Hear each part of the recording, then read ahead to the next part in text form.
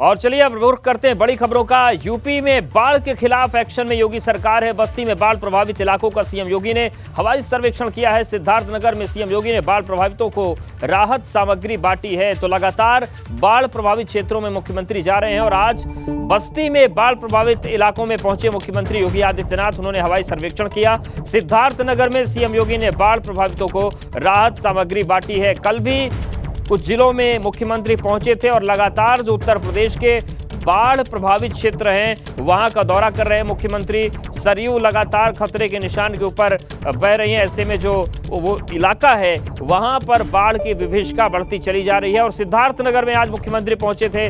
बाढ़ प्रभावितों को उन्होंने राहत सामग्री बांटी है। देखिए, दो तस्वीरें आपको दिखा रहे हैं। पहली तस्वीर हवाई सर्वेक्षण की और दूसरी तस्वीर आपको दिखा रहे हैं जो बाढ़ प्रभावित लोग हैं उनको मदद पहुंचाने की। तो पहली तस्वीर बस्ती की और दूसरी तस्वीर सिद्धार्थनगर की। दोनों जिलों में मुख्यमंत्री पहुंचे और उन्होंने बाढ़ प्रभावित क्षेत्रों का जायजा लिया है।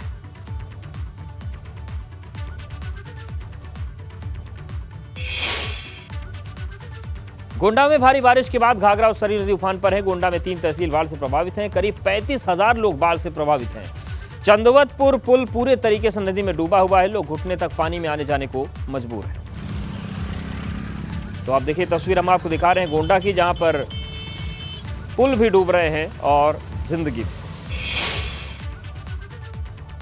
इस समय हम चंदवतपुर घाट पर आप देख सकते हैं जिस लगातार जो है पुल पर पानी भरा हुआ है। लोग अपनी जान को जोखिम में डालने को आने जाने को मजबूर हैं। ये कटरा और गोंडा मार्ग है।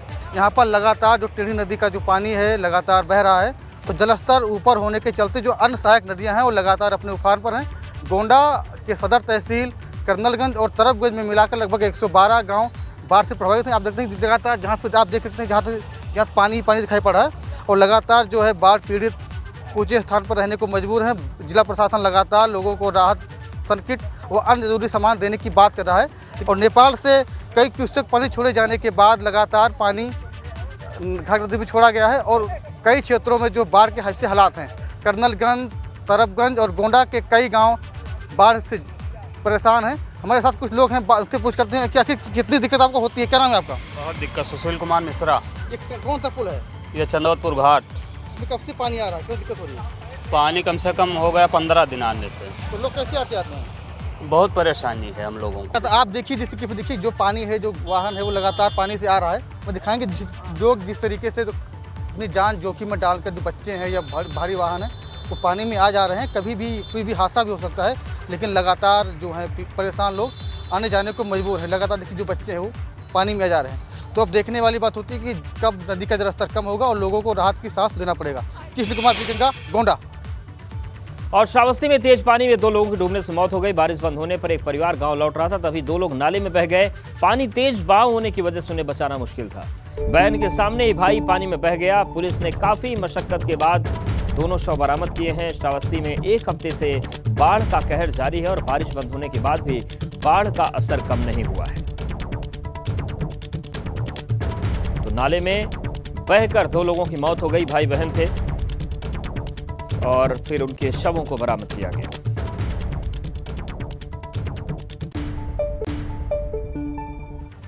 कल वाराणसी के दौरे पर जाएंगे सीएम योगी आदित्यनाथ। देव दीपावली की तैयारियों का जायजा लेंगे। सीएम योगी कल 101वीं बार वाराणसी का दौरा करेंगे। सीएम कल सारनाथ में आयोजित कार्यक्रम में भी पहुंचेंगे।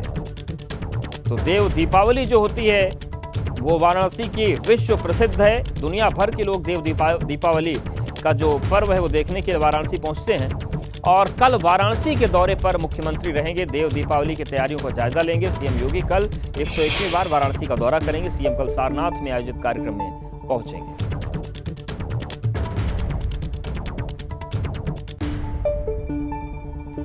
और बड़ी खबर कौशाम्बी से है, जहां पर एबीपी गंगा की खबर का बड़ा असर हुआ है। दीवार में दबने से 76 भेड़ों की मौत हुई थी। नगर पालिका ने 15 दिन पहले ही दीवार बनवाई थी। खबर चलाने के बाद डीएम ने संज्ञान लिया है और 24 घंटे के अंदर बड़ी कार्रवाई की है। नगर पालिका के ईओ, जेई और ठेकेदार पर एफआईआर कर दी गई है। पीड़ितों को भेड़ का मुआवजा देने का ऐलान भी किया गया है। तो भ्रष्टाचार हुआ था, वरना 15 दिन में दीवार गिरे इस बात का सवाल ही नहीं उठता। हालांकि एबीपी गंगा ने खबर को प्रमुखता से दिखाया, जिसके बाद संज्ञान इसका लिया गया है और 24 घंटे के अंदर ही बड़ी कार्रवाई की। नगर पालिका के ईओ, जेई और ठेकेदार पर एफआईआर दर्ज करवाने के आदेश दिए हैं डीएम ने और पीड़ितों को भीड़ का मुआवजा देने का भी ऐलान कर दिया गया है।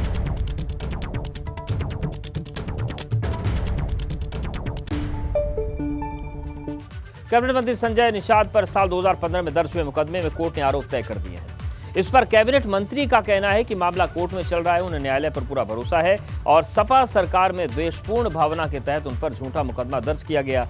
वो कह रहे हैं कि लगातार सुनवाई पर वो कोर्ट में मौजूद रहे।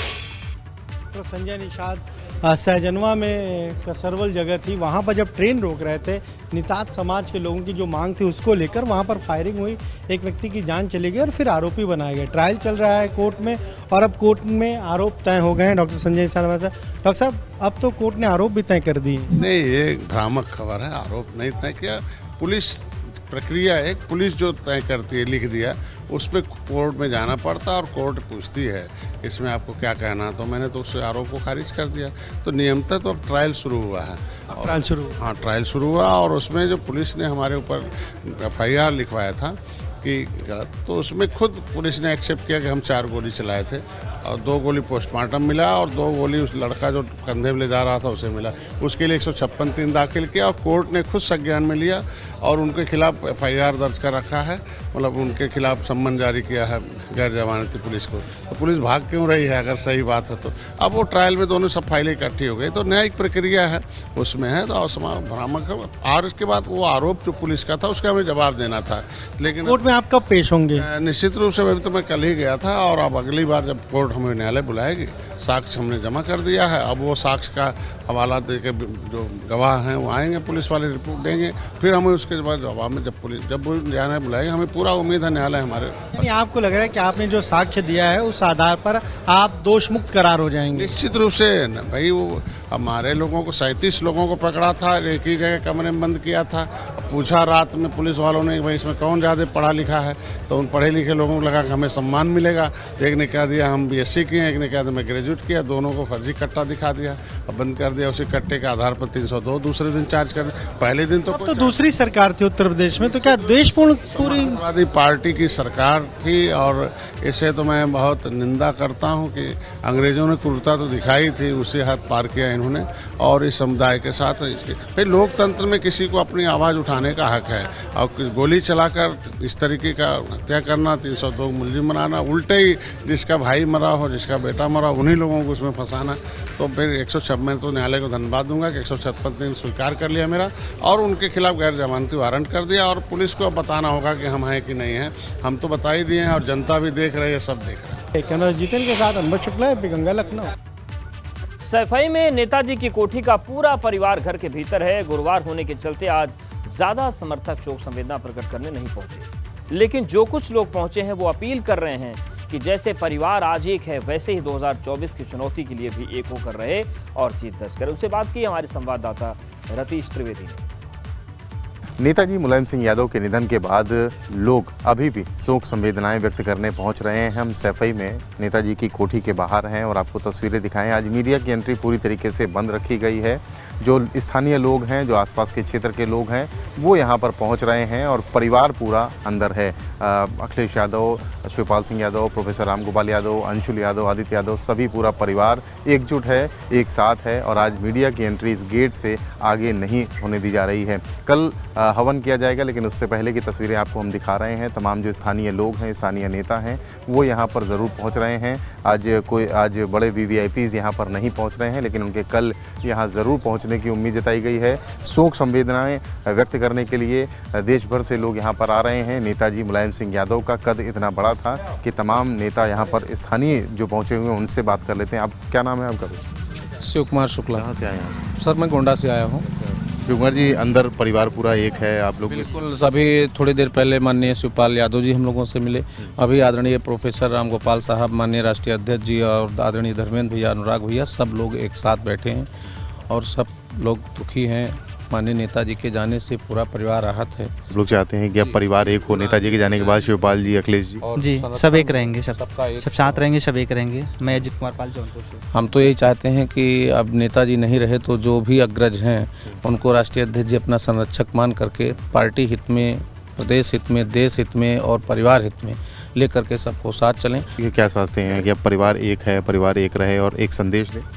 बिल्कुल, माननीय राष्ट्रीय अध्यक्ष जी में इतनी क्षमता है और भी सभी जो उनके भाई हैं वो सब एकजुट होकर के 24 वाला चुनाव जो आ रहा है उसको लड़ेंगे और माननीय नेताजी की सही श्रद्धांजलि तभी मानी जाएगी जब 24 के चुनाव में समाजवादी पार्टी फतेह करे। स्थानीय लोग भी हैं, कुछ बाहर से भी नेता आए हैं जो साफ तौर पे अब ये महसूस कर रहे हैं कि दुखों का पहाड़ बड़ा है, काफ़ी बड़ा दुख है। नेताजी का जाना काफ़ी बड़ी क्षति है, अपूर्णीय क्षति है, लेकिन आगे बढ़ने का नाम ही ज़िंदगी है। चाचा शिवपाल के संरक्षण में अखिलेश यादव पार्टी और विचारधारा को आगे ले जाएं और 2024 की चुनौती से पार भी पाएं। सैफई से कैमरामैन पंकज निगम के साथ रतीश त्रिवेदी, एबीपी गंगा। सरकार लगातार जेल में बंद कैदियों कल्याण के लिए काम कर रही है। जेल में करवा चौथ को लेकर कारागार मंत्री धर्मवीर प्रजापति ने निर्देश दिया कि व्रत को लेकर जेल में भी आवश्यक तैयारी के निर्देश हैं। कैदी भी अपनी पति पत्नी से जेल में मिलकर विधि विधान से व्रत पूरा कर पाएं।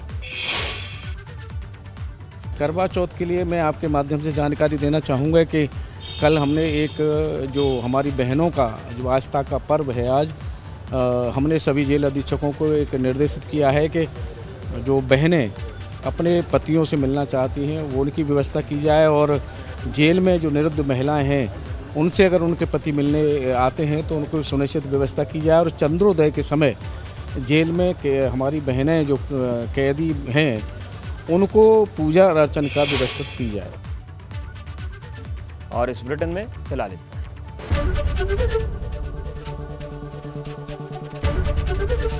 एबीपी गंगा, खबर आपकी, जुबान आपकी।